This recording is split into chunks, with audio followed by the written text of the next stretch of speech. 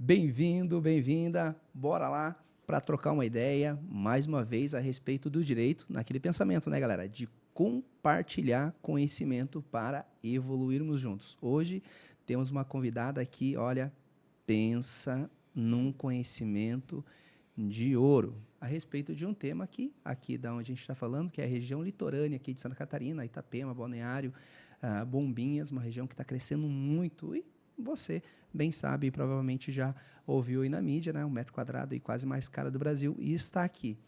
E, aproveitando aí a situação dessa onda crescente, a gente traz uma pessoa aqui que é fera no direito imobiliário, doutora Geonara. Olá. Bem-vinda. Obrigada por ter aceitado o convite. A gente se sente lisonjado. Ouvi vozes aí de que tu tem uma sociedade com a doutora Vanessa, pessoa que a gente tem um carinho gigante. E eu gostaria que nós indo para a situação daquele ponto que o advogado, ele realmente se interessa, aquele que ouve, que o podcast em regra e a galera que é operador de direito, estudante de direito. E a perguntinha é aquela, doutora Geonara, quais os grandes desafios aí para ti, para a doutora Vanessa, com relação a esse momento, esse boom do direito imobiliário? Como que vocês trabalham lá? Se puder partilhar com nós aí. Claro, doutor. Inicialmente, quero agradecer o convite, né? Muito obrigada por esse convite. Estou honrada por estar aqui, trazendo um pouquinho do meu conhecimento aqui para o podcast de vocês. E eu acredito que essa interação que a gente tem ajuda muito outros colegas, mas também outras pessoas que, de certa forma, têm alguma dúvida, alguma informação que a gente consegue auxiliar nesse sentido. Sobre a questão aqui dessa área que a gente trabalha, eu e a doutora Vanessa, a gente tem uma parceria, na realidade, né? A sociedade é uma visão futura, mas, por enquanto, ainda é uma parceria que a gente tem. Mas foi uma necessidade que a gente viu no mercado. A gente sabe que o direito imobiliário não é algo novo, mas, basicamente, a forma como a gente trabalha, como a gente veio querer prestar esse serviço para os nossos clientes, daí sim a gente trouxe algo novo para eles, né? E é onde a gente está se destacando aí nesse sentido, né? O que acontece? A maneira como a gente tenta trabalhar diretamente com o cliente, a gente traz alguns tipos de informações, documentos que talvez outros tipos de assessorias não tragam, mas a gente veio trazer com esse diferencial, pensando no quê? Em facilitar a vida do nosso cliente, né? O que ele quer é otimizar tempo. Hoje todo mundo está correndo contra o relógio. Então, pensando nisso, a gente trabalhou nesse sentido. Confeccionamos documentos, modelos de termos, de recibos, de laudos, para agregar para o cliente, para quando ele precisar atender o cliente dele, ali já está na mão. Pega o modelo, pega o termo, né, que ele precisa preencher, já preenche com os requisitos, já está resguardado para um problema futuro que for acontecer lá, já tem a assinatura do seu cliente. Mesma forma é a questão da confecção de contratos, né? A gente verifica hoje em dia que uma grande problemática, o problema surge não é no momento de assinar um contrato, né? De assinar, a gente fala de dar as mãos, né? E falar que o negócio está fechado. Mas sim, é no decorrer ou lá posteriormente, no final, que vem acontecer alguma problemática que daí vamos analisar o que está previsto no contrato. E muitas vezes é ali que a gente vê que acabou faltando, né, ou deixando alguma informação que seria atinente. Então, pensando nisso, na prática que a gente teve, né, de experiências de outros clientes que a gente trouxe toda essa ferramenta para os nossos clientes. Fora a questão da assessoria que a gente presta, né, de atendimento, esclarecimento de dúvida. Estou com algum problema numa intermediação de venda, que hoje a gente foca muito em imobiliárias e corretores de imóveis, né, nessa área imobiliária. Então, às vezes, tem essa questão de dúvidas, ligam para a gente, esclarece essas dúvidas, né? Até desde a situação de publicação nas redes sociais, porque o próprio Cresci estabelece uma maneira diferenciada de publicar o corretor e a imobiliária, né? Precisa estar seguido do nome completo, com o J identificando pessoa jurídica ou com o F identificando que é pessoa física. Tem a questão de publicar o nome completo, colocar o Cresci/SC com a numeração. Tem a questão do tamanho da logo. Então, tudo isso a gente tenta assessorar os nossos clientes nesse sentido. Oh, que bacana. Não, a gente fica lisonjeado de ouvir isso. Inclusive, não sei se comentei contigo em algum momento, e se tu não tem conhecimento, já vou fazer uma propagandinha aqui. Opa! Nós temos uma imobiliária ali em Tijucas, e Moraes Empreendimentos Imobiliários, e a burocracia legal. para formalizar todo o contexto envolvendo a criação do nome da empresa, o requerimento dos respectivos alvarás, Sim. o CNPJ. Menina, se não tem a assessoria jurídica, é um trabalho, tá? Nós, graças a Deus, Imagino. tivemos aqui a situação de uma certa facilidade, em decorrência de que a gente tem um setor de direito civil, coordenado ali pela situação da doutora Tamara e com o auxílio do Maxwell e também com a Jennifer, que está em campo, né? Pegando documentos quando necessários e pertinentes. E também nessa situação específica para facilitar, né, e acelerar os acontecimentos, acabamos ali pedindo também um auxílio para um contador, que daí facilita para ir na Receita, facilita para ir na prefeitura e etc. Mas o formalismo, nossa senhora. E antes de adentrar efetivamente no ramo, começar a vender e etc., a gente teve cuidado de fazer tudo de uma maneira muito arquitetada, para não ter nenhum tipo de problema depois.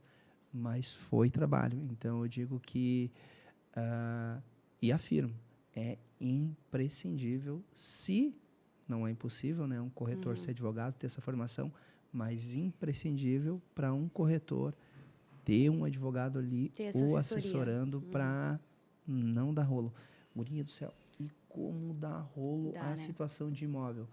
Eu lembro de alguns dias atrás que teve um imbróglio aqui num processo que até hoje eu fico pensando, né, porque cada juiz interpreta de uma maneira, né? Mas nesse caso real, veja só. O juiz entendeu que o contrato de compra e venda, aqui nesse caso específico, né? O contrato de compra e venda não fazia lei entre as partes, porque o dono que negociou não é aquele que estava na escritura pública. E anulou o contrato e fez devolver o valor. Olha só. Ó, não vai ter prejuízo, vai devolver o valor. Mas o imóvel acabou, vai devolver e não tem direito a nada. Olha a loucura, guria. Então, olha... são situações que a gente sabe que é... E, às vezes, contrato de compra e venda. Contrato de compra e venda, vamos lá, e vai dar boa. É que as pessoas, às vezes, acabam confiando que só a questão de assinar o contrato já se tem essa segurança de que o imóvel é meu. E não é bem assim, né? Não, pelo contrário. No dia a dia ali, acontecendo, vendo um cliente perdendo o imóvel, que eu percebi a seriedade do que é, porque o direito civil é muito objetivo, é extremamente contratual, né? Lei, contrato, lei escrita. Exatamente. Tá na lei, tá valendo. Não tá, perdeu, playboy. Tanto que, nesse sentido, tem muitas situações, claro, né? O vendedor de má-fé acaba vendendo o imóvel para duas pessoas diferentes. Sim. E o que acontece? Daí a gente vai lá para aquela situação de entendimentos, né? Jurisprudenciais, mas praticamente essa situação de quando é vendido duplamente para duas pessoas diferentes, o que acontece? A pessoa que vai ter preferência vai ser quem registrou primeiro. Então, quem levou ao registro na escritura de compra e venda é que vai ser o real proprietário desse imóvel. Se subentende isso. Isso desde da faculdade. Eu me lembro da própria professora no Direito Civil passar essa informação para a gente. Pessoal, só contrato assinado não dá nenhuma garantia. Assinou, leva ao registro. De repente, às vezes é um pagamento parcelado, né, que ainda não vai se efetivar a transferência. O que deve ser feito? Faz a promessa e a verba lá na matrícula, prometendo que aquele imóvel vai ser seu. É uma maneira de você garantir, assegurar que não vai ser vendido para uma outra pessoa. E, doutora, é bem comum. Até eu tive outros advogados, tá, que entraram em contato comigo e disseram: ô Moraes, cara, eu tô ganhando uma grana, por que tu não vai ganhar também? Deu, conta aí, qual a boa? Cara, compra o imóvel na planta e depois ele triplica a situação do valor. E daí, até agora eu não fiz nenhum investimento nesse sentido, né? Mas é algo que me chama a atenção. Perfeito. Então, tem lá a maquete do edifício, 50 andar o edifício. Tá lá na planta, comprei ele na planta. Poderia eu que comprei ele na planta ir lá e averbar na matrícula essa compra? Para me trazer segurança jurídica, para não acontecer, de repente, que nem esse contexto que tu falou? Até pode ser feito, mas daí, nesse sentido, tem que verificar se o imóvel foi incorporado, né? Se já foi, E porque dá para publicar sem geralmente não incorporação? vai dar. Geralmente não vai dar, porque daí teria que ter a matrícula individualizada. A matrícula geralmente individualizada, ela ocorre só lá no final, né? Quando o imóvel já foi finalizado. Esses empreendimentos maiores, geralmente não é feito isso. Daí tem outras formas de se assegurar, né? Por exemplo, emitir ICNDs do nome do vendedor, né? Para ver se já não é uma pessoa de má índole, né? Digamos assim, nesse sentido, né? Às vezes até mesmo... O que é CNDs? É certidão negativa. Ah, tá. Que você pode emitir tanto do imóvel, né, para verificar se o imóvel não tem nenhuma restrição, nenhuma verbação, nenhuma penhora, né, alguma coisa nesse sentido que vá prejudicar a tua futura propriedade, né, que você vai ser proprietário daquele imóvel, ou até mesmo a certidão negativa da pessoa mesmo em si, né? Hoje em dia é muito fácil emitir, são links que você consegue emitir facilmente de maneira gratuita na internet, certidão negativa estadual, certidão negativa federal, a certidão negativa municipal, né? Para saber se não tem PTU, enfim. E esse procedimento vocês sempre fazem quando, por exemplo, estão assessorando um corretor, quando, por exemplo, ele vai intermediar uma venda? A gente orienta o cliente até a aprender a fazer, né? E também, se necessário, enfim, a gente faz a devida emissão das certidões, dependendo de cada situação. Mas a gente sempre orienta, por via de dúvida, quer assegurar que a venda vai ser um contrato, vai ser seguro para ambas as partes, emite a CND dos dois, tanto do comprador como do vendedor, que ambos ficam tranquilos nesse sentido. Boa. E, obviamente, né, emite a CND ali do imóvel também. Boa. E aí a importância, né? Porque quando eu pensava, claro, leigo, né? Não trabalho no direito civil, mas no direito trabalhista, no que tange a questão envolvendo acidente de trabalho. Mas, num primeiro momento, eu lembro que alguns anos atrás fiz alguns contratos. E daí tinha 3 cuidados, em regra. O primeiro, quando era contrato de compra e venda, né? Tem uma escritura-mãe, mas invadiram. Tipo no Timbec, em São João. No Timbec, em São João, agora teve um projeto do estadual, municipal, né, que está regularizando ali a situação dos imóveis. Mas grande parte dos imóveis ainda de São João tem uma matrícula lá, mas várias pessoas estão ali, né, e não houve a cessão do direito por meio de um inventário. A pessoa tem aquele pedaço de terra lá com um contrato de compra e venda, que já é o terceiro contrato de compra e venda, e ninguém fez uso capião, não fez nada. E o que normalmente eu fazia quando era essa situação que se desenhava? E dava uma olhadinha lá no IPTU, né? Se estava tudo em dia, se realmente estava registrado, né? Olhava na situação das instituições Celesc e Cisan, para ver se tinha muito débito lá em aberto. E, em um terceiro momento, né, verificava se aquela pessoa, né, que estava vendendo, ela não tinha nenhum tipo de imbróglio no Poder Judiciário, a fim de repente, já comprometer aquele bem que estaria passando para o meu cliente ali que estava comprando. E sempre assim, mas dá para ir um pouco além, né? Essas certidões negativas e fazer umas outras pesquisas de campo, né? Busca completa, né? Consultando a SPC, Serasa, Isso, enfim, para que realmente cada vez mais e mais a gente proteja a situação do cliente. Mas, doutora, o papo tá bom, papo que envolve dinheiro, mas eu queria mudar um pouco de assunto, se tu me permite aqui. Claro. Doutora, me diz uma coisa. Por que tu escolheu esse marvado direito? Porque não é fácil, né? Não Aquele é fácil. que dizer que ser advogado é fácil, tá mentindo. Tá mentindo, porque é um desafio gigante. Todo dia a gente mata um leão. Como o cu direito pegou teu coração, guria? Então, vamos lá, né? Lembrar. Eu sempre fui uma pessoa de muito senso de justiça, né? Sim. Eu sempre fui uma pessoa de buscar muito a justiça, de ver o que é correto, o que é certo. Compravam brigas que já não eram minhas na época de escola, já, né? E eu vendo isso, né? Quando eu finalizei o ensino médio ali, eu falei, não, eu preciso parar e pensar o que eu vou fazer, né? Porque eu sempre gostei muito de psicologia e sempre tive o direito e psicologia andando ali de mão dadas, né? Ou era um ou era o outro que eu iria escolher. Sim. Então, naquele ano ali, eu fiz essa reflexão que eu pensei, né? Eu vou precisar decidir e o que eu tomar, a medida que eu tomar, eu vou precisar seguir em frente, né? Até porque não tinha condições financeiras na época de começar uma faculdade. Não gostei, né?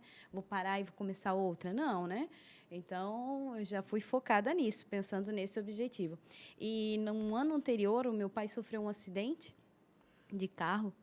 Enfim, e esse acidente ele acabou ficando com uma sequela, né? Ele fraturou uma vértebra entre o tronco e a coluna. E, na época, meu pai foi tentar entrar em contato com outra parte, né? Que acabou ocasionando um acidente, até a culpa foi da outra parte.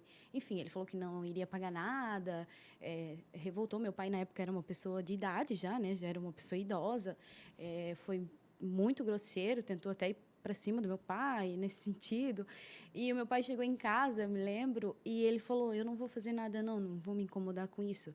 E aquilo tocou tanto no meu coração que eu falei, não pode isso. Você vai sim, o senhor vai fazer alguma coisa. Eu tinha 17 anos, né?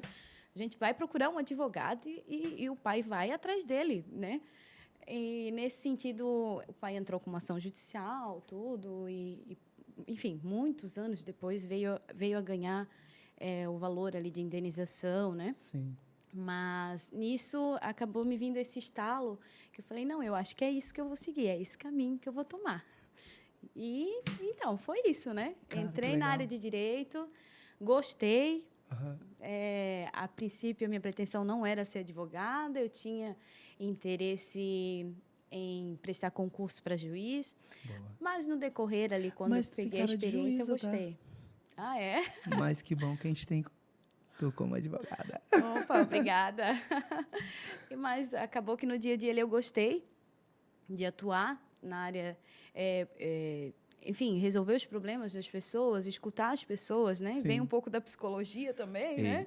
Que a gente sabe, né? Que o Não. advogado, ele é psicólogo, ele tem outras funções além disso, né? Doutora Gionara, eu parto do pressuposto de que a advocacia, ela é 90% relações humanas e 10% lei. Com certeza. Então, um advogado que se aprofunda na lei e tão somente não conhece das relações humanas, ele está bem perdido. Sim. São relações humanas. Sim. Porque a lei, ela nada mais é do que a transferência, a transmutação do que o homem, ao longo dos anos, entende como certo. Então, o que é certo? Vira lei com o tempo. Exato. É tudo questão de tempo. São entendimentos, então, né? Que tiveram com experiências. Exatamente. Então, se tu entender bem o ser humano, tudo o resto acontece de uma maneira muito tranquila. Exato. E é uma venda, né? E a venda, ela passa aí pela situação de muito diálogo, de muito entender da outra pessoa. E se tem essa vertente, né? De querer fazer psicologia, de querer fazer filosofia, de querer fazer algumas matérias que exigem essa interpretação do ser humano, facilita muito a vida da situação do advogado, doutora.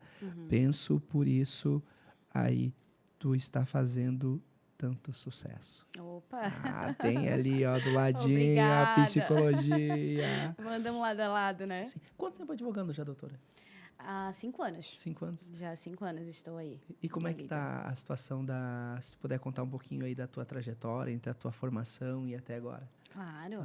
Então, eu me formei na Unifeb, né? No ano de 2018. Aí acabei sendo aprovada no 28º, a prova da OAB, no ano de 2019, no início. Aí ali eu comecei a fazer um curso de Direito Imobiliário na FGV. Não a pós-graduação, né? Eu fiz só um curso mesmo, que tinha um determinado período ali mais curto, né? Que a gente precisava ter um aparato geral, né? No escritório onde trabalhava.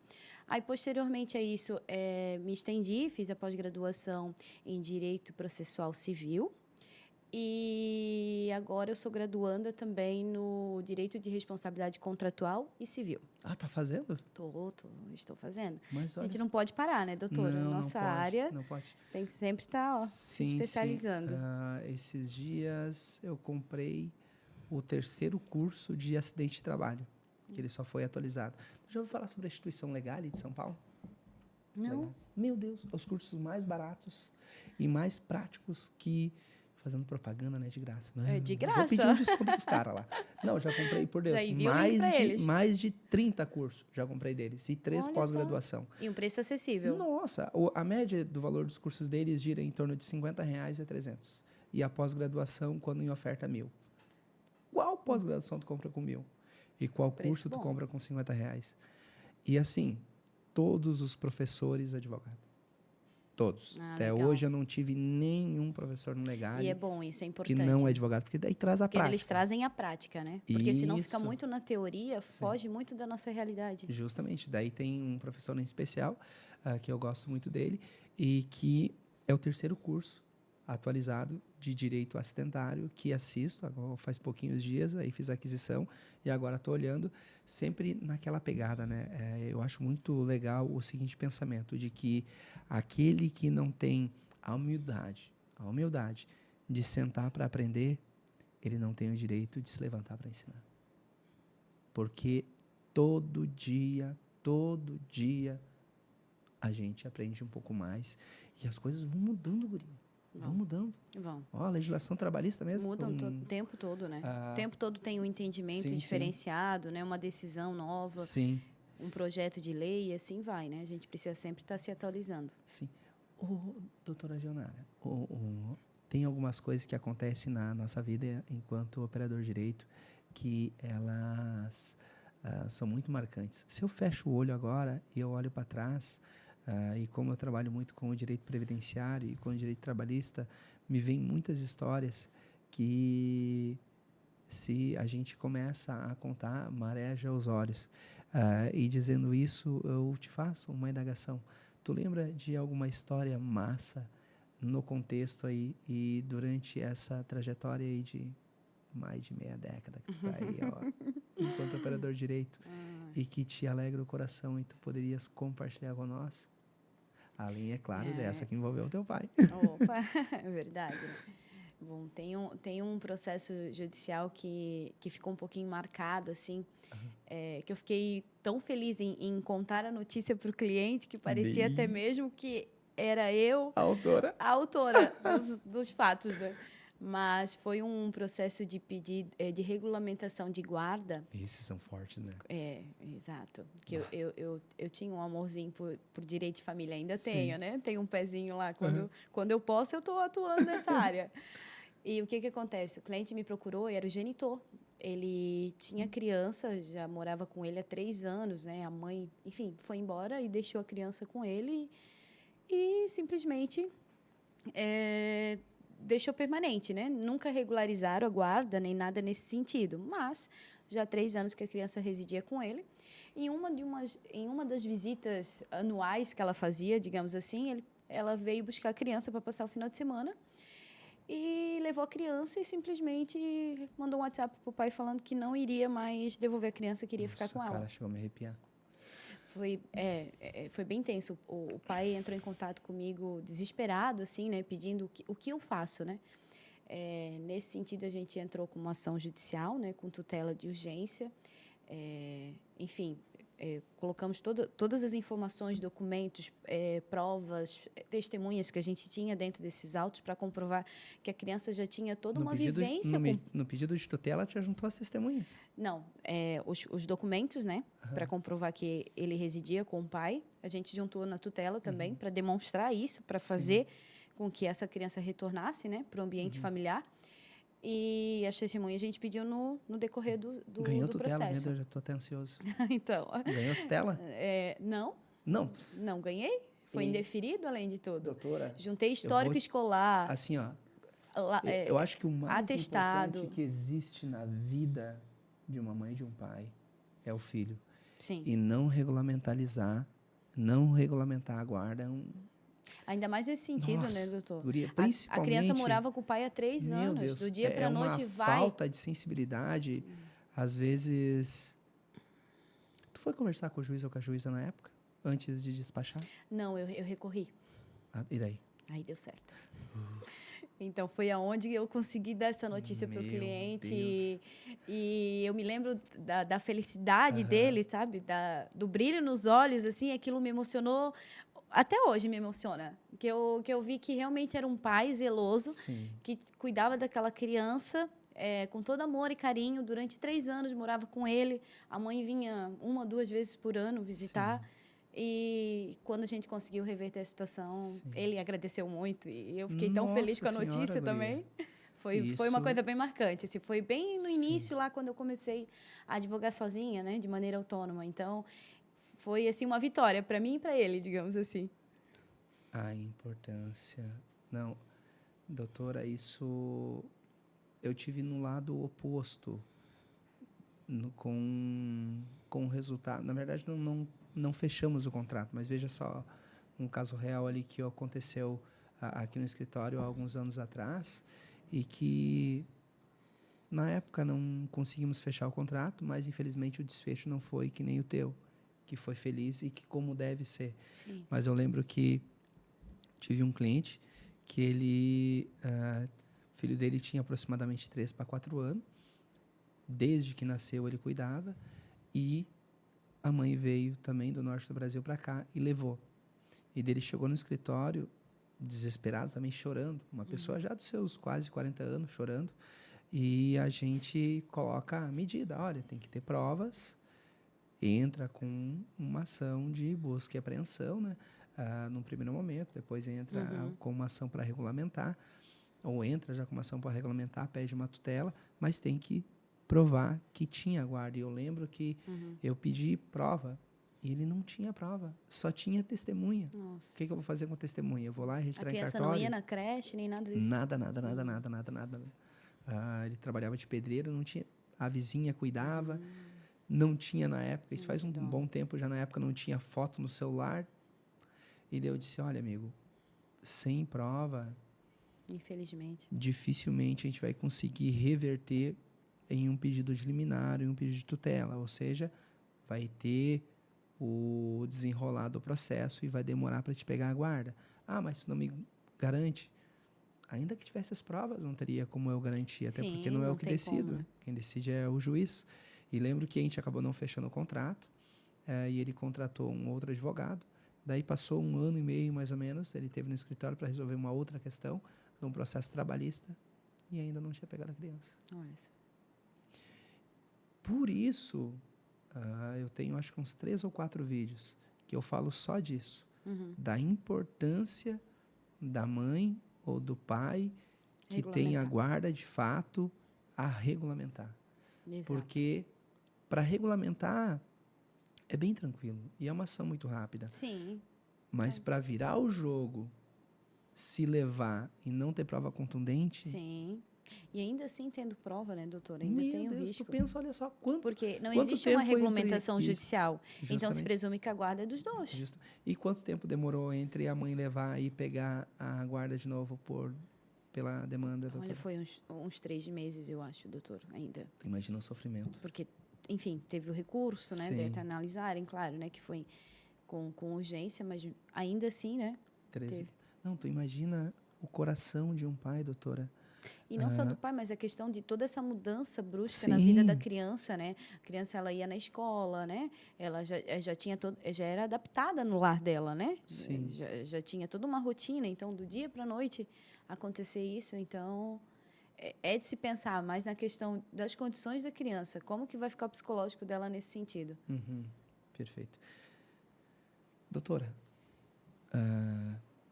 conversava nos bastidores antes a respeito de uma situação que muita gente fala aí que é possível. Muita gente diz, hoje tu pode viver da advocacia, trabalhar em home office, ficar rico, etc, etc, etc, etc. E tu é a primeira pessoa, doutora Vanessa também, esses dias ela esteve aqui, troquei uma ideia com ela também, né? Vocês são as primeiras advogadas atuantes que trabalham efetivamente, que eu conheço, que trabalham efetivamente dessa maneira em home office. Agora a pergunta que eu lanço, que eu tenho certeza, cara, a grande massa aí de advogados que às vezes não querem já sair da faculdade e abrir um escritório, às vezes até em razão do gasto, às vezes porque não quer mesmo. Mas qual o grande desafio e se realmente é possível trabalhar em home office? ou os caras só estão botando pilha de que dá para viver no home office, dá para trabalhar de casa? É possível? Qual é o grande desafio aí desse modus operandi, doutora Gionara?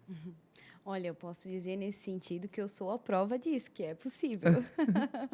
Nós estamos aí na lida já há uns 3 anos, vai fazer 4 anos que a gente já está nesse estilo, nessa linha, né, que a gente vem vindo.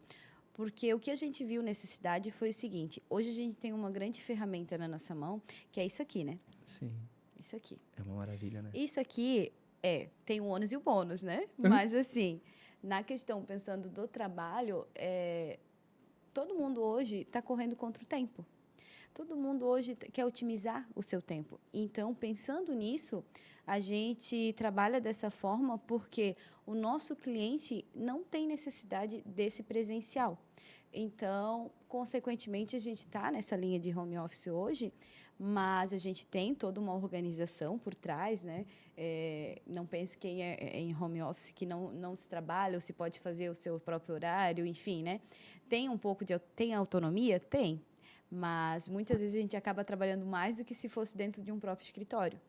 Porque o que acontece? O cliente às vezes manda um WhatsApp, preciso alterar um contrato, preciso de tal documento. Então a gente está ali, facilita, é uma ferramenta, né, que a gente tem ali dentro do nosso, da nossa residência que a gente consegue utilizar nesse sentido. Mas eu quero dizer que dá certo sim, porque hoje a gente consegue trabalhar muito dessa maneira online. A gente tem grupos de WhatsApp, né, para toda essa assessoria jurídica que a gente precisa dar, né? E claro que quando o cliente vê a necessidade de um atendimento presencial, a gente vai até a empresa dele, né? Perfeito. Então, nisso a gente presta esse serviço tanto presencial quanto de maneira online, que é através dessa ferramenta. Mas, acima de tudo, para trabalhar em home office é questão de organização, foco, determinação. A gestão, penso que o grande e maior desafio, né, para trabalhar no home office, né? Porque quando imagino alguém trabalhando em casa e partindo do pressuposto de que a venda, ela é muita energia, né? Então, tu tá sorrindo, tu tá bem, tu tá... Cara, isso se transmite para a situação do comprador, do teu cliente. Sim. E se tu tem lá, meu horário começa às 9h, normalmente, se a pessoa ela é CLT e ela está trabalhando em home office, é 9 horas para começar a trabalhar. Cara, acorda lá 15 para as 9, bermuda na cama, com o celular começando a trabalhar. Então, dificilmente aquela pessoa ali vai transmitir energia para quem está do outro lado. Então, a gestão do tempo para quem trabalha no home office, principalmente para quem trabalha CLT no home office. Sim. Mas para quem não é CLT e quem é ali também autônomo, esse, se não for, tá ali para ser o maior desafio. É ter uma gestão do tempo, um comprometimento. Sim, exatamente. O que eu tenho feito, e uma coisa que me assustou até um pouco, doutora, esses dias eu estava fazendo uma pesquisa, hoje, em média, qualquer pessoa perde das 8 horas trabalhadas 30% do tempo no celular. Olha só. Qualquer colaborador, qualquer autônomo, nas 8 horas dos dias trabalhados, 3 horas é perdida no celular. E daí, qual a máxima, né? Que eu coloco disso, né? Tanto para o CLT quanto para nós dois, né? É que a gente é o resultado do que a gente faz Do que a gente e se que vai propõe a vir fazer. para a gente. Exatamente. Então, seja um CLT, seja eu, seja tu, seja a Thay, seja o Leonardo, todos nós vamos colher resultado daquilo que a gente faz no dia. Então, beleza, a regra é 30% perder. Então, se eu estou na regra, eu colho o que a regra vai colher.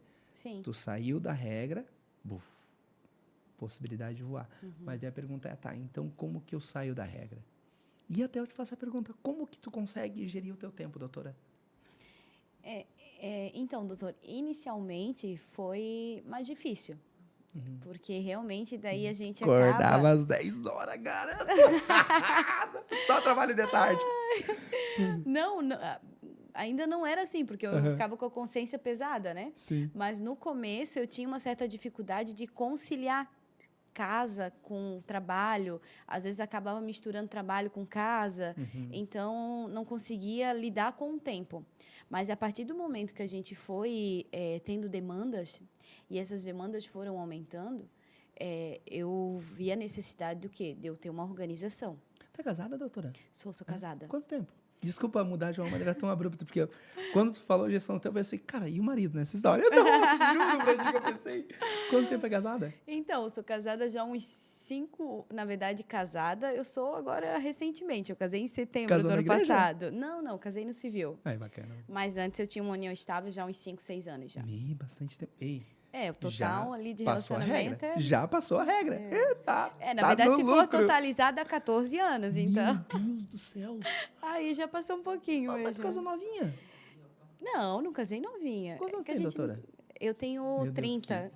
também forcei a barra. Né? Não, tranquilo. 30. Meu Deus, casou novinha. Mas assim que é bom. E eu acho que quanto mais novo casar, melhor. Claro, é um pouco delicado, mas assim, casar, tu se afasta da festa, constrói patrimônio e estuda. Sim. Não casar, principalmente o jovem homem, festa.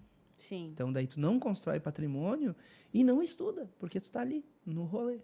E a mulher, se bobear, é mais ou menos nessa linha. Então, o casamento, ele é bom. Casar novo vai dar um monte de problema, porque o homem é maturo, a mulher é imatura. Cara... Na verdade, a gente não casou novos, né? A gente namorou por muito tempo, noivou por muito tempo, Bacana. né? E morar junto mesmo, daí foi uns 5, 6 anos, assim, que a gente show. efetivou, digamos assim. Mas eu penso que até namorar já dá um norte para a vida da gente, Já, né? com Porque certeza. daí tu pensa em construir, pensa em Isso, estudar. E se tá solteiro, os solteira... projetos são outros, né? Os projetos já Exatamente. são mais... Mas eu já ouvi muito discurso. Meu Deus, onde é que a gente veio parar? No casamento. O que eu fui fazer, né? O que eu fui fazer? Mas a advocacia bem sucedida é resultado de uma casa bem estruturada. Eu digo, doutora, que a pessoa, ela é no processo o que ela é na vida. E ela é na vida o que ela é no processo. Não tem diferença. Sim. Não tem diferença. O cara um reflexo, malandro, né? o cara malandro em outro lugar vê que é um vai reflexo, ser um malandro lá no processo, tá? Então, não há o que me tira do coração esse pensamento, tá? Que a gente não consegue mudar no processo o que a gente é na vida, tá? E o que a gente é na vida é aquilo que a gente reflete enquanto advogado lá na situação dos autos, é um reflexo de você, né? Em tudo, né? No trabalho, no relacionamento, né? Seja com amigos, com familiares. Agora, fiquei imaginando como é que deve ser a vida de uma juíza combatente ou de um juiz combatente, né? Deve ser tenso. Com certeza. Aquele juiz que xinga advogado. Pensa. Corta isso aí. Exatamente. Doutora, vamos lá. A gente abriu uma caixinha de pergunta aqui e vamos tentar responder umas perguntinhas aqui para daí depois até fazer uns cortes para daí até faço questão aqui de falar o nome aqui do pessoal aqui que mandou a pergunta para depois a pessoa ir lá e até render ali a situação dos elogios da gente ter citado. O João aqui, doutora Janara, até uma pergunta bem na linha de uma pergunta que tu mandou aqui para possivelmente a gente fazer para ti, que é o seguinte: qual os documentos, doutora Janara, que eu preciso ter em mãos para fazer um bom contrato de compra e venda? E depois tem uma outra massa. Mas vamos por partes. Vamos por partes, então. A gente até chegou já a mencionar aí superficialmente, né? Os documentos indispensáveis para a confecção de um contrato de compra e venda seguro, né, para ambas as partes primeiro de tudo, emitir a certidão de inteiro teor da matrícula atualizada do imóvel. Isso a gente consegue emitir diretamente no registro de imóveis, paga-se uma taxinha, né? Dá para emitir tanto online quanto ir até o estabelecimento para fazer essa solicitação. Por que precisa isso? Porque lá vai constar todos os dados do imóvel, a propriedade, se realmente quem está vendendo de fato é o proprietário e o principal de tudo, se não existe nenhum ônus nesse imóvel. O que significa isso? Se não existe nenhum gravame, nenhuma penhora, nenhuma verbação falando que aquele imóvel faz parte de um pagamento de uma outra dívida, já consta uma execução nele, ou já vai a leilão, ou se possui uma alienação fiduciária, né, que está garantido para o banco de uma dívida que o proprietário adquiriu, enquanto ele não acabar de pagar aquela dívida, fica constando aquela alienação. Então, é muito importante emitir isso em todos os tipos de transações, de contratos de compra e venda, cessão, permuta, que seja, né? Sempre emitir essa certidão.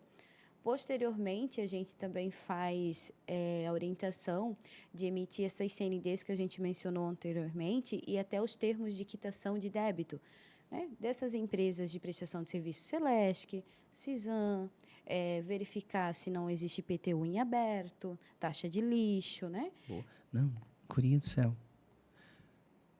Às vezes, até a gente, enquanto... Eu lembro que alguns anos atrás eu comprei um imóvel, guria, 12 mil de luz atrasado. Olha só. 12 mil, tá? Assim, se eu, enquanto operador do direito, acabei deslizando com isso, tu imagina a população, cara. Com certeza. O quanto Infelizmente, é importante. comum E assim, às vezes, nem é a pessoa, que nem era o meu caso. Não foi a pessoa que me vendeu.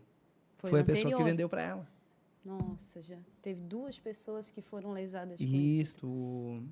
E daí era um problema até que agora está acontecendo na Celesc, né? Que antes tu comprava o imóvel e, se tu quisesse, tu apenas transferia de CPF a luz e cortava, ligava de novo. Agora, se não tem escritura, é um BO. Porque se não tem escritura, no entendimento da Celesc, né? Só se pagar, ligar de novo. E isso acaba complicando, daí, né? Meu Deus, e daí... Isso é um empecilho para concretizar a venda. Concretizar. Até, aproveitando esse gancho, a questão até de condomínio, tá? Teve um caso prático que eu posso trazer aqui, que foi uma seguinte situação. Ocorreu a venda do imóvel e o vendedor, de má fé, pagou as 2 últimas condomínios anteriores à transação da venda e apresentou o comprovante de pagamento. Após alguns meses, né, que já tinha sido feito a venda, assinado o contrato, mas não realizado a transferência do imóvel ainda, né? O condomínio entrou em contato com o novo adquirente e informando que existia um débito absurdo. Se eu não me engano, era quase 20 mil de condomínio de anos anteriores. Cara, mas que má fé, hein? Extrema má fé, extrema má fé. Então, assim, é onde a gente sempre aperta nessa tecla. Sim. De como é importante... não precisa, capaz, tá tudo certo. Capaz, e olha como é importante, né? Porque daí ali é uma causa de discussão entre as partes. Porque simplesmente o vendedor se sumiu, não sabia mais aonde ele estava, aí o comprador foi atrás de quem? Foi atrás do corretor de imóveis que intermediou na venda. Não sabemos aonde se encontra. E daí foi onde esse corretor de imóveis entrou em contato conosco para tentar auxiliá-lo, né, assessorar nessa situação aí e do que faria. E o corretor, ele tem alguma solidariedade quanto à responsabilidade? Tem nesse sentido, porque o serviço do corretor é o quê? É prestar o devido atendimento na transação do negócio, né? Ele foi contratado para isso, para intermediar. E, além de tudo, ele informou, não, está tudo certo, cliente, pode adquirir o imóvel. Não existe condomínios em aberto, não existe IPTU em aberto. Então, assim, existem sim entendimentos nesse sentido de que pode ter essa responsabilidade do corretor. Cara, isso é preocupante, tá? É bem preocupante. Preocupante no sentido do corretor, às vezes, ele não querer gerar nenhum tipo de gasto antes da compra para daqui a pouco atrapalhar a venda. Tem que tirar as CDAs, tem que tirar as certidões, vai lá, sei lá, R$1.000. eu não vou orientar o cliente a ter esse custo de 1.000 Sim. antes de fechar a venda, porque daqui a pouco ele desiste da venda. Mas olha o pepino que não dá. Sim, Ou o não pepino. pagar o advogado. Exatamente. Porque às vezes o corretor ele não tem essa... Assessoria. E não e tem ele esse não tem o conhecimento técnico. conhecimento, né? E a ausência do conhecimento... Causa um dano lá na frente. Meu Deus. Que às vezes por uma comissão de 5, 10 mil reais, você vai ter um prejuízo muito maior lá na frente, né? Por isso que é tão importante, Sim. né? Andar lado a lado, né? Com uma devida orientação jurídica. Sim. Até porque...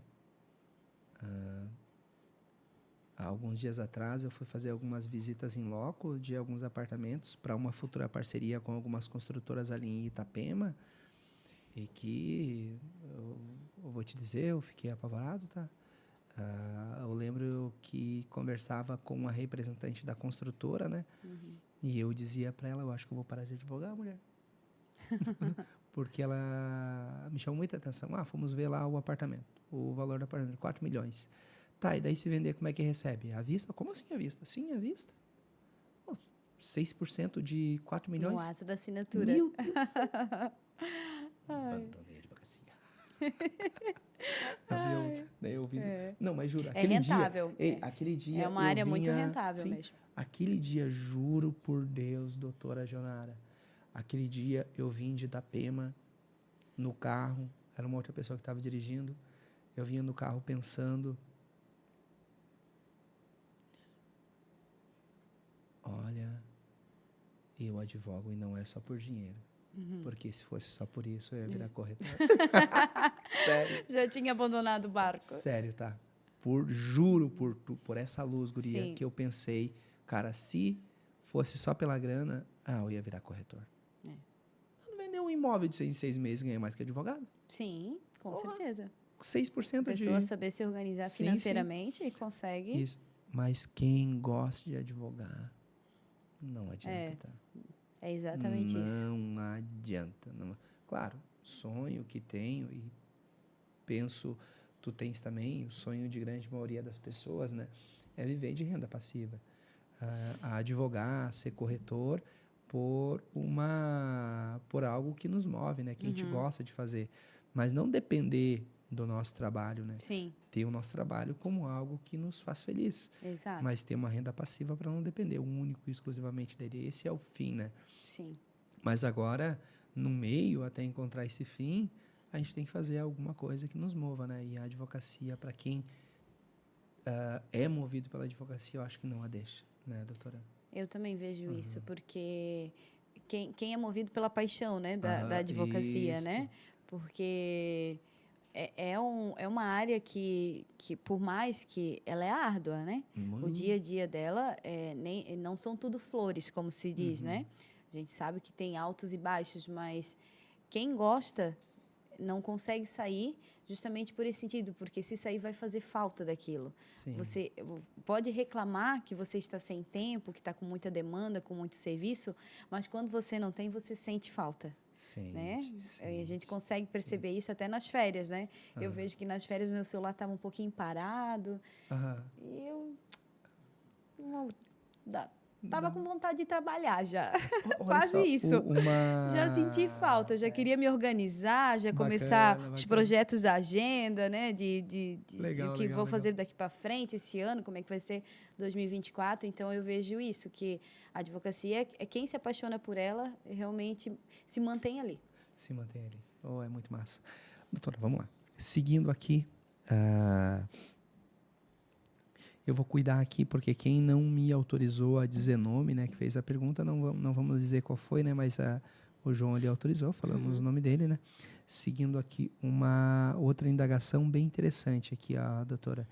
Penso essa uma clássica, até falei anteriormente, mas se porventura tem algo diferente, mas o que normalmente, o que é usual ali da porcentagem que é cobrada, doutora, pelos corretores ali para intermediar a venda? Porque assim, eu achava, enquanto leigo, né? Eu tenho curso de corretor, cresci, mas vai fazer um tempo já que eu tenho e não uso ele muito. Mas tive que ter para abrir imobiliária, né? Sim. E Tive que pegar, melhor dizendo, o curso já tinha, mas eu fui pegar o Cresci para ter Sim. imobiliária registrada. Mas mas da onde por que eu faço essa pergunta? Eu faço essa pergunta porque até onde eu entendia, o corretor ele faz a venda, ganha a porcentagem e vai para a festa. Não tem responsabilidade nenhuma, porque ele só mediu a Não. venda. Mas então, se ele não faz só a mediação da venda, ele tem responsabilidade. Sim. Partindo desse pressuposto de que ele tem responsabilidade, ou seja, que ele tem ali uma situação de um ônus ali, se ele não cuidar. Sim. Partindo desse pressuposto de que esse é um trabalho que tem que ser muito cuidadoso e feito pelo corretor, qual a porcentagem ali que normalmente ele cobra e teria um máximo que ele poderia cobrar para intermediar uma venda, doutora Janara? Tem sim. Tem um máximo? Tem Caraca, uma eu não sabia. limitação. Porque nós, advogados, não temos, né? Nós não temos, Olha o nosso benefício aí.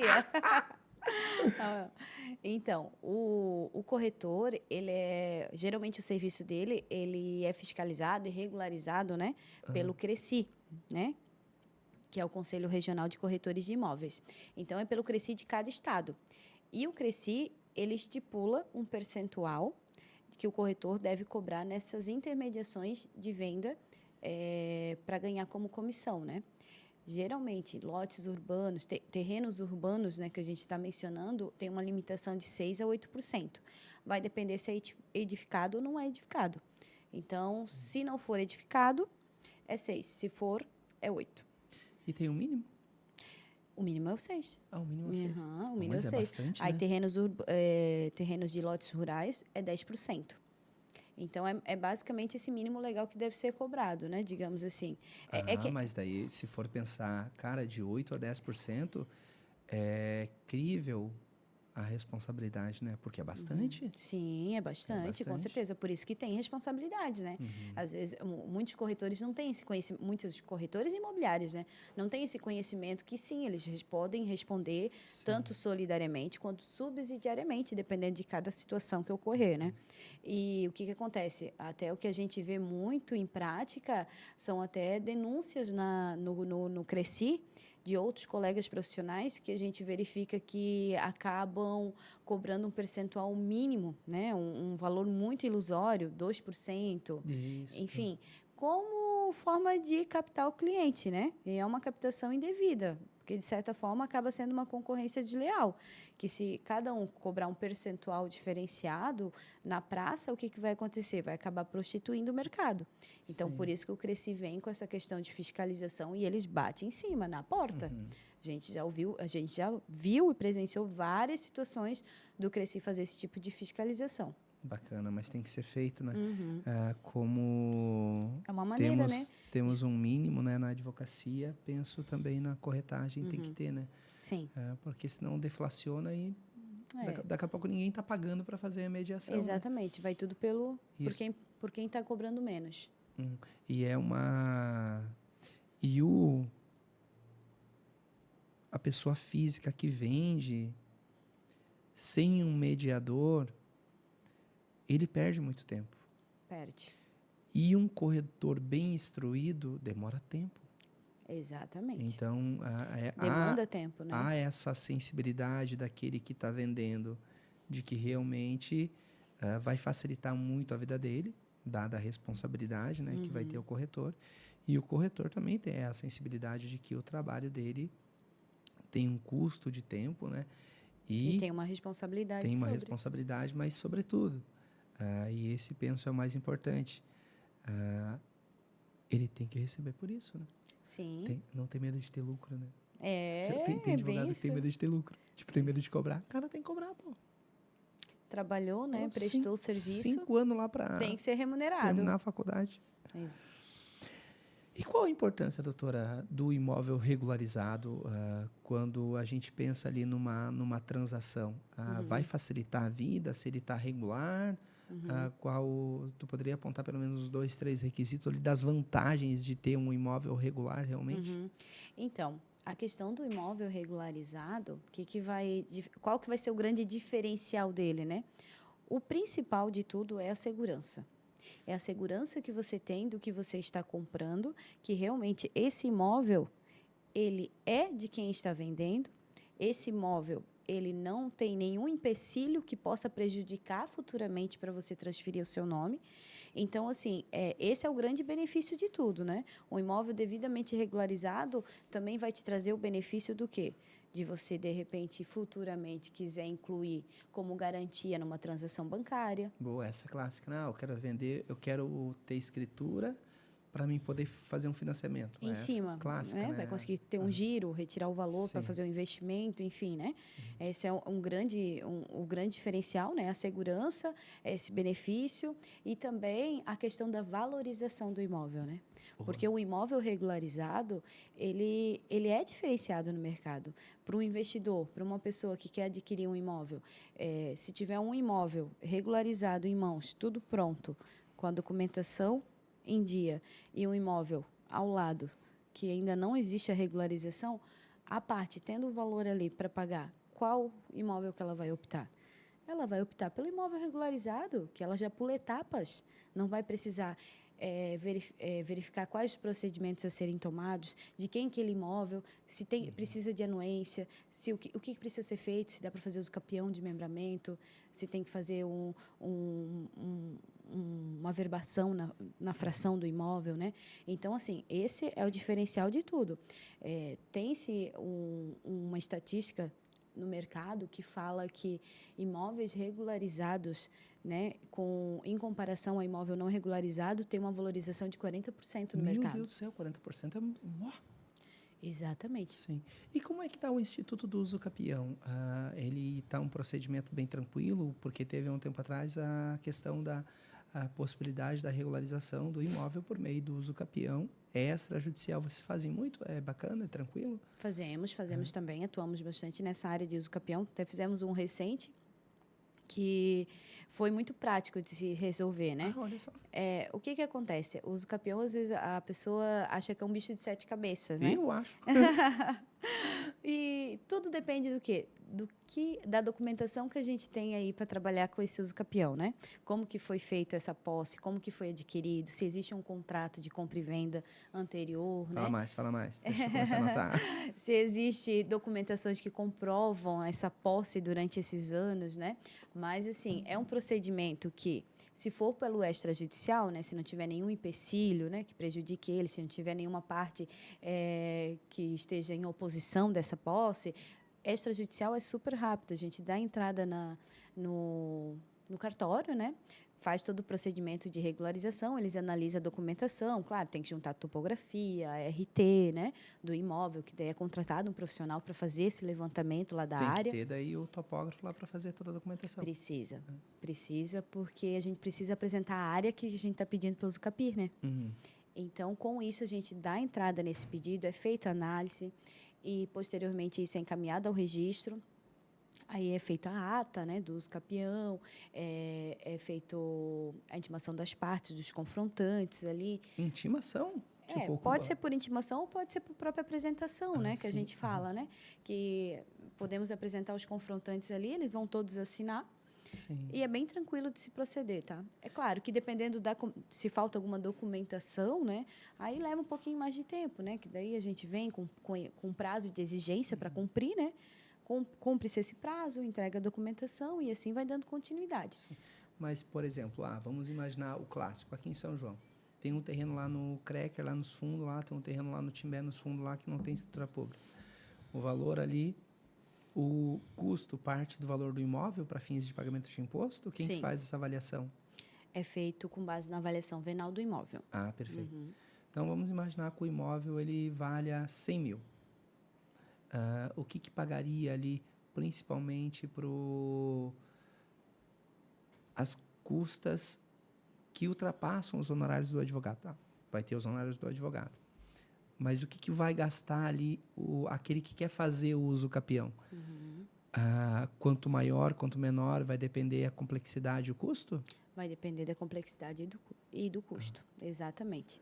Porque, anualmente, existem reajustes dessas despesas, né? FRJ, emolumentos, as despesas cartorárias, as despesas com o registro de imóveis. Então, como ocorre anualmente, vai ser com base nessa tabela que é estipulada ali. Perfeito. Agora, em 2024, provavelmente já deve ter saído, ou se não saiu, vai sair, né? Ainda essa tabela com o reajuste anual dos valores. Então, é feito com base nisso. Sim. É apresentada a documentação, apresentado o valor venal do imóvel, né? Eles verificam se realmente o valor está de acordo com o valor de mercado, né?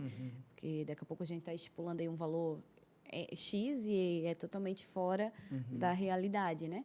E com base nisso é feito o levantamento desses custos. Precisar a gente não tem como, né? É feito o levantamento e com Mas isso. em porcentagem seria quanto por cento em média de um imóvel de 100 mil que gastaria ali em custo, fora os honorários do advogado? Olha, Botar uns 5%? 5 mil? pode ser. Eu acredito que varia muito da Sim. questão do imóvel. Precisar, assim, valores, eu acho que foge um pouco, sabe? Porque já teve imóveis que a gente fez com valor X, outro com valores que não foi com base num percentual fixo, entende? Sim. Então, por isso que daí não tem como a gente precisar. Sim. Porque, por exemplo, os terrenos de 10 por 30, terreno de 15 por 20, o topógrafo... Por exemplo, como que o topógrafo cobra? Ele cobra por metro quadrado? Como é que é? Cobra por metro quadrado. Aí, ó, então já temos um dado Alguns objetivo. deles. Pelo menos os que a gente já teve aí com os nossos clientes, eles cobraram por metragem. Então, um terreno de 100 mil que tem muita metragem quadrada vai dar um custo grande só com o topógrafo. Eu acredito que vai. Só com o topógrafo. Exato. Quanto menor, mais aí vai reduzindo. Sim. Mas interessante. E o quanto tempo, em média, para fazer um inventário extrajudicial, doutora? Então, doutor, vai Tendo depender... toda a documentação isso que eu ia falar, vai depender muito da documentação. Em média, a gente já teve alguns uso capião que a gente fez, que deu uma média de 3, 4 meses, foi muito rápido. Porque o que demorou foi o levantamento da documentação que ele teve. Sim. Contratar um topógrafo para fazer toda essa documentação, ir atrás da assinatura dos confrontantes, no mapa. E fui lá, te contratei, doutora Gionara. Doutora Gionara, quanto é que é para fazer o uso capião? Tal valor. Tá aqui a grana. Tu vai atrás de tudo. Ou estou exagerando? Então, a gente faz o levantamento dos documentos, a gente orienta o cliente, né? Sim. A gente orienta o cliente em quais documentos são necessários, porque muitas coisas o cliente tem o documento em si, né? Sim. Ele tem mais facilidade, por exemplo, energia no nome dele, né? Precisa lá dos extratos de 10 anos atrás. Então, ele consegue, se ele não conseguir ir até a Celesc e solicitar, a gente faz esse serviço, sim, mas geralmente a gente dá a devida orientação para o cliente em alguns documentos e outros que fogem um pouco da alçada do cliente, então, sim, a gente faz todo esse procedimento.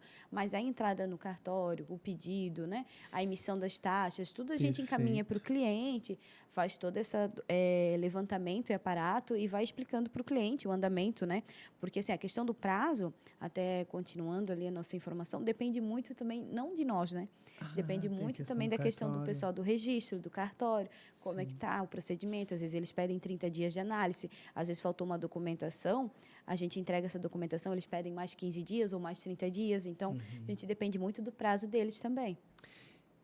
E nessa linha de pensamento, uma dúvida aí que quanto em média % do bem que o cliente vai pagar para ti, doutora Gionara, para fazer ali o uso capião?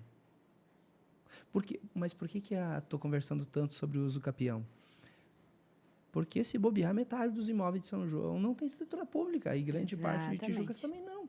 Então, é uma matéria em ascensão. Até eu acho que eu vou começar a fazer uns posts de uso capião. Opa! Fazer uns posts de uso capião. Porque ainda que todos os advogados façam, não daria conta para regulamentar tanto imóvel irregular que tem aí na situação do nosso dia a dia. Mas vamos lá. Quanto é um uso capião, doutora? Então, doutor, é muito relativo isso, porque a gente vai analisar o caso em específico. A gente vai analisar a condição do imóvel, o tamanho Sim. do imóvel, se existe uma edificação nele. Às vezes a gente também analisa a condição financeira do cliente. Boa, Então, boa, assim, boa. cada caso é um caso. Não tem como eu passar aqui um valor preciso, porque daqui a pouco vai que o cliente fale, esse valor é a mais, esse valor é menos. Mas, Né? salvo equívoco da minha parte, a tabela da OAB, ela fala algo ali em 5% Fala, e ela 15%. Qual é que é estipula. a porcentagem que a OAB fala ali? Se eu não me engano, é isso. É um percentual Entre ali de 10 e 15%, eu acho que né? eu me lembro de 10% agora. Não... 10%. 100 mil, 10 mil. 1 milhão, Opa. 100 mil reais. Ai, Vamos maravilha. regularizar esses imóveis aí, então. Sim, sim, sim. Vamos E agilizar. tem muito a ser regularizado, tá? Tem, com Eu certeza. tive alguns clientes que eles me contataram em decorrência de uma empresa de Blumenau que está vindo aqui visitando casa em casa, oferecendo a prestação de Eu serviço já de ouvi falar dessa advocacia empresa. para regularizar a situação do imóvel, né? E eles fazem parcelamento, né? E são bem sim, bem acessíveis. maleável. Sim. Algo que eu acho um pouco voraz, entendo como não legal. Um patrocinado, respeitando a situação das regras estabelecidas pela Ordem dos Advogados do Brasil, né? Eu acho bacana. Tanto é verdade que eu faço patrocinado aí e adoro o marketing digital, né? Hoje o nosso escritório... Até porque não existe nenhuma proibição legal, né? Isso. Mas agora, ir lá na porta, oferecer uma proposta para fazer o uso capião, eu vou dizer que é meio... Ousado, né? Ousado e um pouco... estaria exagerando eu de dizer desleal? Antiético, talvez, né? Porque Porque a gente sabe que não pode. não se pode E fazer há isso, né? há uma desigualdade bem grande, né? Sim. Entre o que eu posso fazer e o que outra pessoa está fazendo e levando os clientes que poderiam aí ser daqueles que trabalham de uma maneira irregular, né? Regular, melhor dizendo. De certa forma, estão captando clientes dessa maneira, né? Sim. Uma situação interessante, doutora. Perfeito. Vamos imaginar lá que a Dona Maria quer fazer o uso capião. A Dona Maria lá tem um terreno lá bacana, ela quer fazer o uso capião. E ela entra em contato contigo, doutora Gionara. Doutora Gionara, eu quero fazer uma análise de tudo aqui para ver quanto é que é para mim fazer um uso capião. Essa análise, antes de fechar o contrato, tu cobra? Essa análise? Vou perguntar. Eu fui xarope, né? Pode responder? Então, a gente cobra um valor como se fosse um atendimento ao cliente, né? Eu tive esses dias uma advogada que me disse que... Bom, depois eu respondo, mas conta aí. Então, o que a gente faz? A gente cobra como se fosse um valor de consulta para esclarecimento de dúvidas, né? E, se for o caso de realmente o cliente quiser tomar a frente aí dos serviços, a gente se propõe a fazer um levantamento dos serviços que serão gastos para ela ter mais ou menos um orçamento para se organizar financeiramente do que ela vai gastar, né? Boa. Então, nesse sentido, dentro desse atendimento, a gente já esclarece algumas dúvidas do que precisa. Quanto é que é esse atendimento? Então, quer saber demais, né? Opa, o doutor tá usado, né? Não, mas isso Mas a é o gente que... cobra um valor de atendimento de consulta, doutor. 250, né? Boa. Que é o valor hoje cobrado atualmente, né? Pela OAB. Esses dias, uma advogada me falou um discurso interessante, que eu gostei. A doutora Ivânia, ela faz planejamento sucessório. E daí ela disse o seguinte: doutor, depende. Se o planejamento sucessório, se o uso capião, ele for de um bem de 1 milhão ou mais, eu não cobro. E perco 2, 3 dias trabalhando para fazer uma apresentação. Sim. Agora é um imóvel de 80 mil, 100 mil, eu cobro. Por quê? Aqui meio que difícil fechar. Às vezes é só tirar dúvida. Aqui, para fechar, a pessoa ela tem que ser convencida. Ela tem o dinheiro, só que ela tem que ser convencida. Sim. Então, daí aqui, faz todo um planejamento, não cobra, analisa, mas tem que haver um poder aqui de convencimento muito grande, porque aqui não tem a ver com grana, tem a ver com contratar a pessoa certa, que convence aquele que precisa da compra. A confiança, né? Do cliente sentir confiança no colega, no advogado, para contratar e para fazer aquele determinado serviço, né? Daí eu dizia para ela, tá, e já teve alguns que tu fez assim e não deu certo? E daí ela soltou a boa. Eu já perdi as contas, doutor. Realmente É normal, né? acontece, né? Acontece. Acontece. Mas é uma estratégia bacana, né? Sim. Para bons planejamentos sucessórios, para bons... Até porque a rentabilidade posteriormente vai se ser bem fechar, vantajosa se pega fechar, um né? imóvel aí de 3 milhões, cobrar que seja 10%, Sim, claro. 300 mil no uso capião, já aposenta, né? Com certeza. Tá aí. Mas geralmente a pessoa, quando ela chama só para um esclarecimento de Sim. dúvida, para tirar dúvida, se é possível, se não é, o que precisa, quais os documentos. Então, acaba entrando dentro de uma consulta Sim.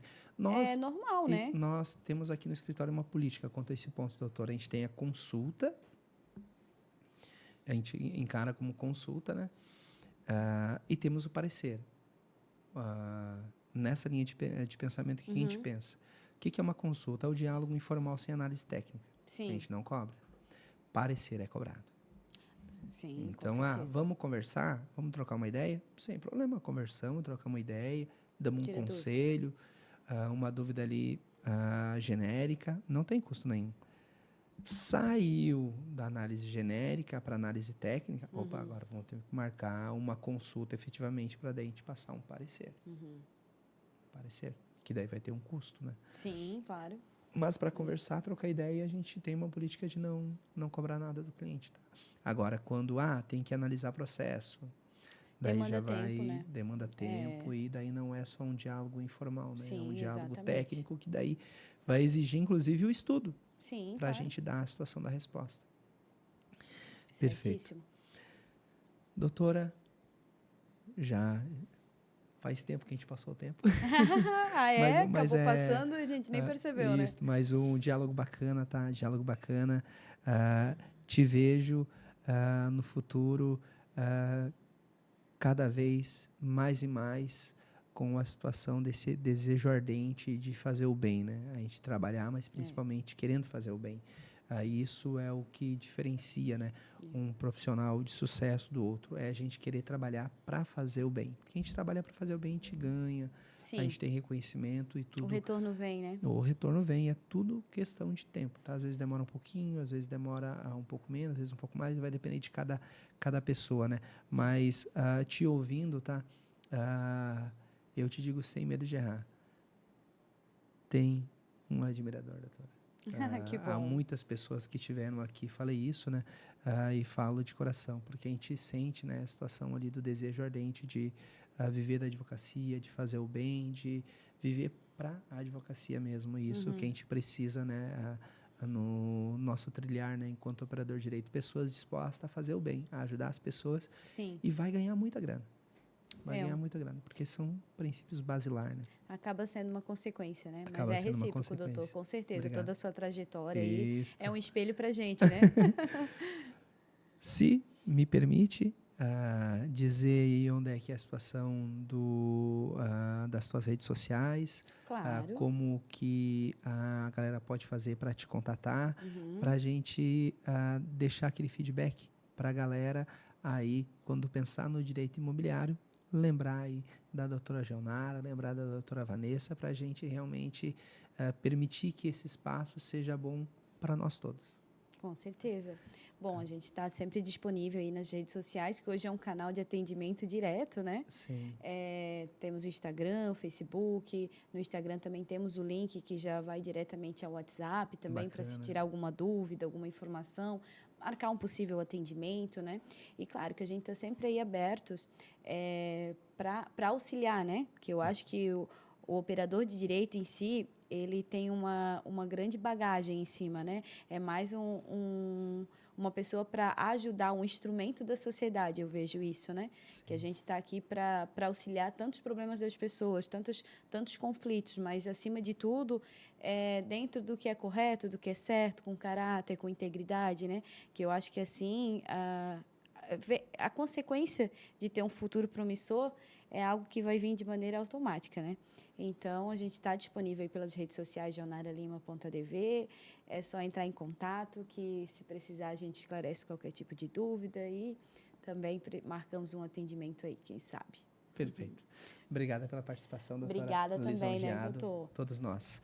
Com Deixar certeza. aqui o meu agradecimento de uma maneira pública a ti, doutora Genara. Deixar aqui um abraço forte à situação da doutora Vanessa. Meu agradecimento à Thay, que hoje aqui gravou o set com muito carinho, ao nosso grande mestre Leonardo ali, sempre participando, sempre nos auxiliando. Obrigado, pessoal. Não esquece, se tu tá olhando um corte agora, tu vai lá no YouTube, não deixa lá de deixar um like, não deixa lá de se inscrever no canal. Isso ajuda muito a gente, porque daí o YouTube e outras redes sociais aí entendem que o conteúdo ele é de valor e acaba entregando, e a gente acaba fazendo bem para um número de pessoas aí que se estende. Sempre partindo daquele pressuposto, né, galera? A ideia é que a gente compartilhar a situação e do nosso conhecimento para que todos nós aí possamos evoluirmos juntos. Programa hoje, gravação de número 19º. Então, 19 programas gravados. Programa é muito conteúdo de qualidade já disponível no Instagram lá, Frente com Moraes, no YouTube e também nas outras redes sociais. Não deixa de dar uma espiada se você gosta do conteúdo direito. Um abraço forte e até a gravação de número 20. Valeu!